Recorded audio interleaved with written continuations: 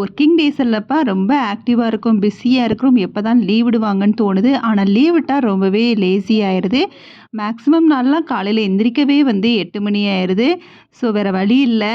அப்பயும் கிச்சன் வேலைக்கு எப்பவும் லீவ் இல்லையா? ஆனாலும் இருந்தாலும் சோம்பேறித்தனமாக லேட்டாக எந்திரிக்கிறதுனால அப்பப்போ சிம்பிள் சமையலாக செய்ய வேண்டியதாக இருக்குது. அதனால் இன்றைக்கி மார்னிங்கும் ரொம்பவே லேட் ஆனதுனால இடியாப்பம்னா நம்மளுக்கு ரொம்ப வேலை இல்ல.